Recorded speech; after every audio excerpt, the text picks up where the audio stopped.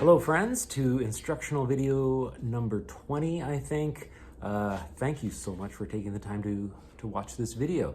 Today, we have an amazing thing. It's going to blow your mind. It is the Christian History Crash Course. There it is right there.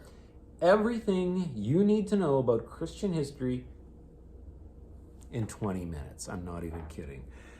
Most people would not attempt to do this. I am going to do it right now.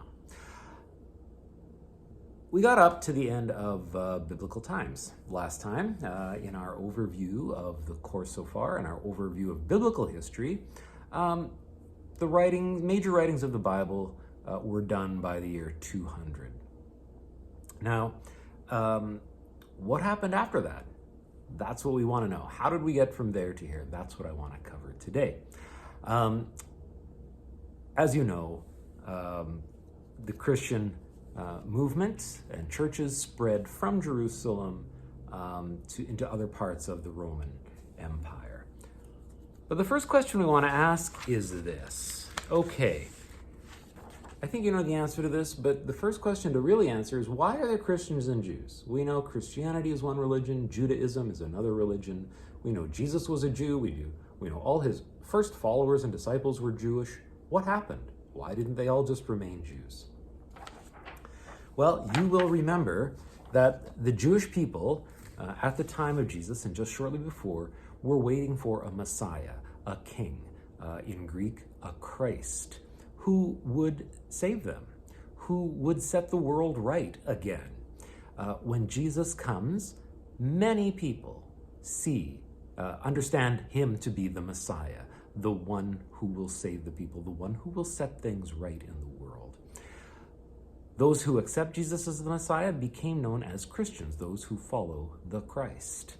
And so we now are Christians or followers of Christ. Those Jews who did not understand Jesus to be the Messiah obviously did not become Christians or followers of Christ, and they have remained Jews or Jewish people to this day.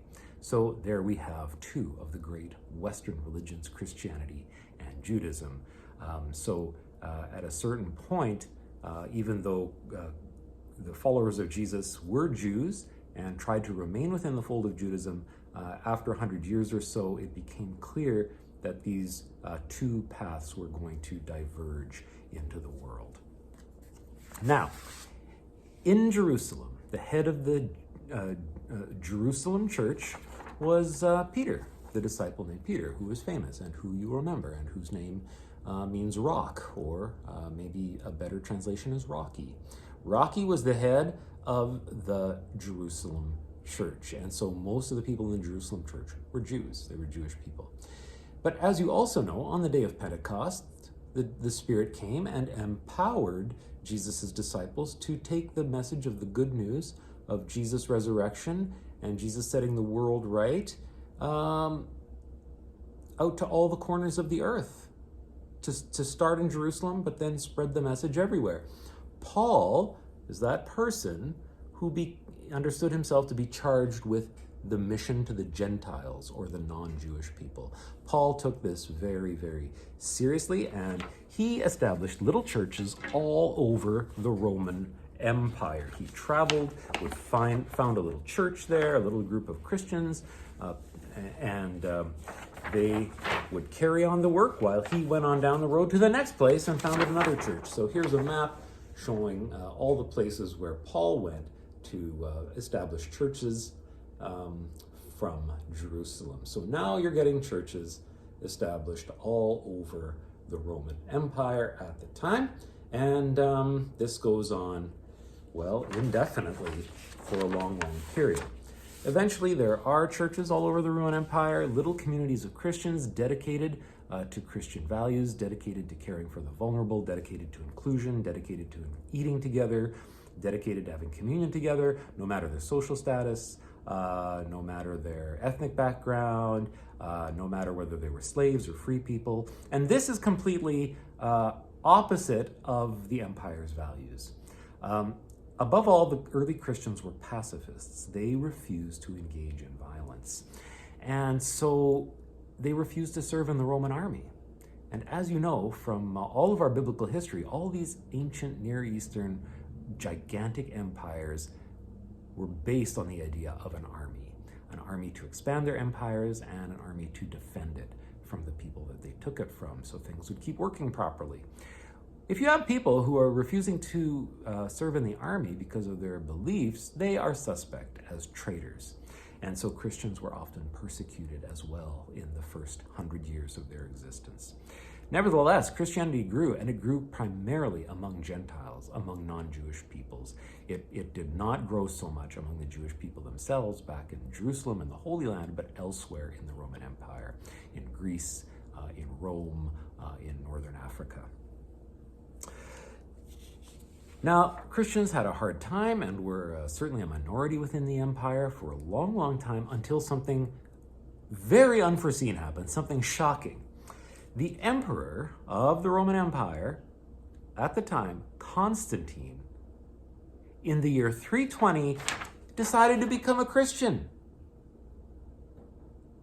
That changes everything. When the emperor becomes a Christian and is baptized, this changes everything. It changes everything for Christianity. There are many people wonder why Constantine became a Christian. Christianity certainly was growing in influence at the time. More and more people were becoming Christian. There were a lot of other religions in the empire. Many scholars think that Constantine was looking for something, for one thing that would unite his empire that stretched across countries and regions and vast territories. What is something that could unite his empire? He wanted something new, something that everybody could become. And so in that year 320, he became a Christian and subsequently ordered that all citizens of the Roman Empire become baptized and become Christian. So now all of a sudden, all the citizens of the Roman Empire are Christian, and this changes everything. Just to name one little thing, all of a sudden now you have Christians who are also fighting in the army. So you have to figure out some way of making that okay. One of the greatest Christian minds of the time, Augustine, tried to do that, probably unsuccessfully, but ever since then, Christians have had to deal very seriously with the idea of violence and what it means to be a Christian. Whether to serve in an army, is violence acceptable in some situations? Is it never acceptable? Some Christians are still pacifists. We'll talk more about Lutherans and what Lutherans believe about that in a later time, but this does change everything. Now you have elites who are Christians. Now you have a whole social structure that is unequal, that is, in name anyways, Christian. And that, as you can imagine, changes everything. Constantine moved the capital of the empire from Rome to Byzantium. And he renames it. He was not a modest person. He names the capital after himself, Constantinople. So he does this in 330 AD. The power center of the empire is moving east, so this now becomes what is known as the Eastern Holy Roman Empire, with the capital in Constantinople, and that is where Constantine rules from. So now what happens is that in this time, 4 major centers of Christianity emerge. Rome, of course, Constantinople, Antioch, and Alexandria. I'm going to attempt to show you where these are on the map, but these now become kind of the heartlands of Christianity at this time. I got to put my glasses on for this. I'm going to get my pointer. Okay, so Rome over here in Italy, over in the boot, we all know where that is. Okay, great. Then moving this way. So here is where Constantinople is. It's modern day Istanbul in Turkey. Okay, right there. Istanbul. Then over here, Antioch's not on this map, but it's right here, right in this corner here of the Mediterranean. And, well, Jerusalem remains an important center as well, but then Alexandria over here in Egypt, in North Africa. So those now are the 4 major centers of Christianity. They have heads there. There's the Pope in Rome, who's the head of the church over there. And then in the other places have heads called patriarchs, but you'll see I've drawn a line here between Rome and the other ones, because Rome now is in the western part of the empire, and these three centers are in the eastern part of the empire with its capital at Constantinople. Now, while all this is going on, something world-changing happens in Arabia, all right? So here is Arabia, right here. This big boot over here. A person named Muhammad is born in 570, and Muhammad is a prophet. He has contacts with Jewish and Christian traders. He lives along a famous trading route, and he begins to have religious visions. And he believes he is called by the one God to unite all the tribes in Arabia under God, under the one true God. Up to this time, the tribes in Arabia were polytheists. They worshipped a variety of nature gods. But Muhammad believes it's his mission to unite them all and teach them about the one true God. He is successful, and he ends up founding a new religion called Islam. So there's Muhammad in Arabia. His dates are 570 to 632. He founds a religion called Islam. Its adherents are called Muslims. There we are. And from Arabia, the Muslims take over a large portion of the Eastern Roman Empire within 100 years. Tremendous energy bursts forth from Arabia. At this time, the Roman Empire has been weakened quite a bit for various reasons. So within 100 years, the Muslims take over parts of Northern Africa, all the way up to Spain over here. They go eastwards, all the way up to the borders of India, and they push up this way, all the way into what is modern-day Turkey here, all within 100 years of Muhammad's death. So by 732, they have expanded all over what was formerly the Roman Empire. Don't want to forget anything important here.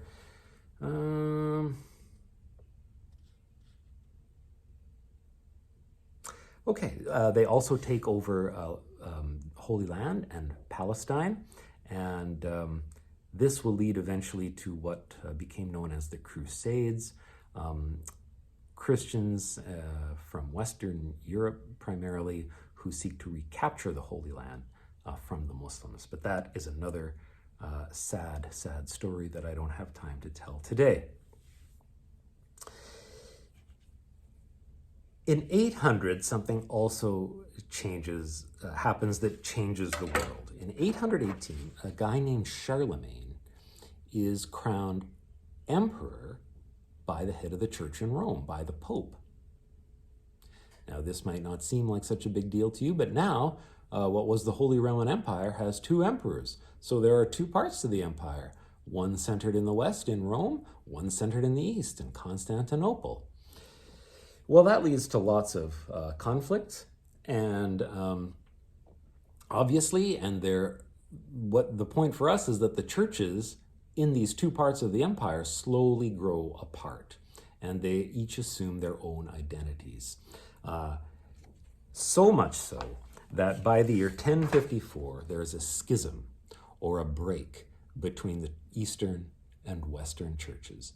1054 AD, there's a church. So now, for the first time in the history of Christianity, you have a great division within the Christian churches.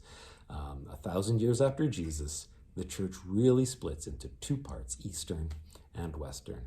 The Eastern, centered in those historic centers of Constantinople, Antioch, Jerusalem, and Alexandria, and the Western Church, centered in Rome with its Pope.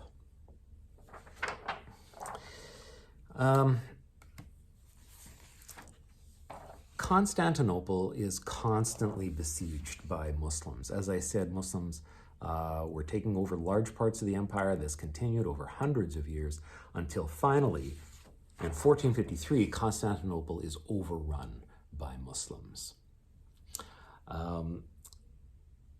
It is renamed Istanbul at that point, and as I said, it's the capital of modern-day Turkey. But back then it was of the Ottoman Empire, the Muslim Ottoman Empire. Then something amazing happens again.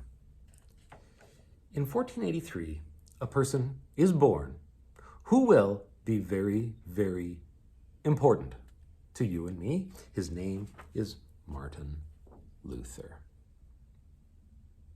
Martin Luther appears at this time. Martin Luther was a Roman Catholic monk.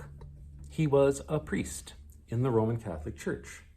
And he was born and lived in northern Germany, way up here. Way, way out there. Martin, well, we're going to get more into Martin Luther next time, but essentially Martin Luther saw that from his point of view, the church had descended into the depths of ignorance, into things that were not, practices that were not good for the common Christian person. There was lots of superstition about.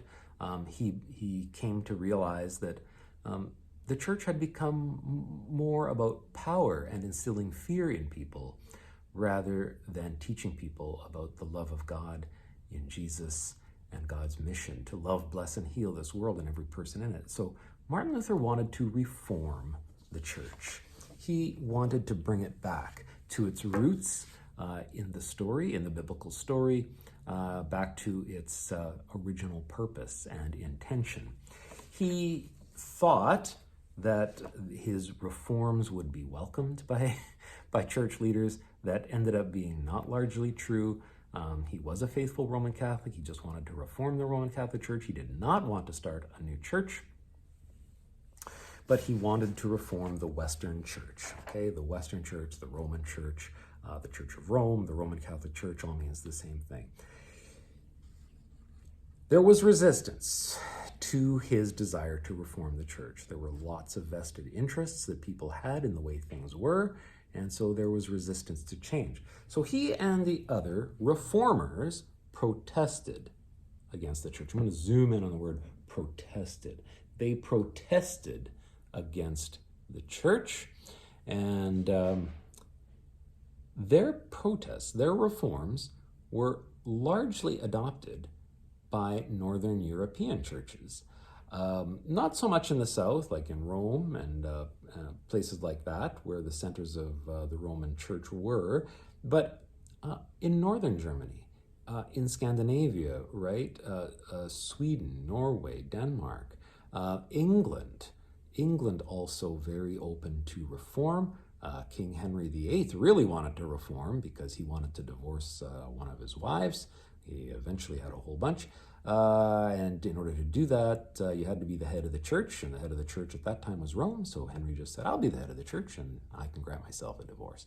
Anyway, there were other reasons that the reforms were very welcome in those churches. And so the reform movement spread. The Protestant reform movement spread, especially in Northern Europe, and took hold in those countries.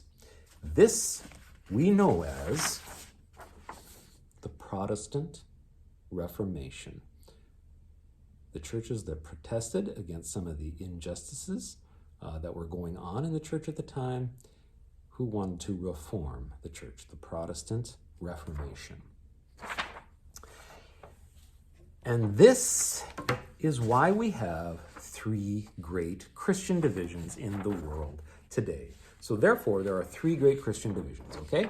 The Protestant division, growing out of the Protestant Reformation, those churches that grew out of the Protestant Reformation. The Roman Catholic Church, which was the historic church of the Western Roman Empire, and the Eastern Orthodox churches, which were the churches of the Eastern Holy Roman Empire, centered in Constantinople, Antioch, Jerusalem, Alexandria, and other places. So today, this is what we have. Three major divisions. Almost all the Christians in the world fall into one of these three divisions, but not all. There are some exceptions, about 28 million people, I think, who do not identify with one of these major church traditions, but the vast majority do. So there are in the world about 2.5 billion Christians. That's about a third of the world's population.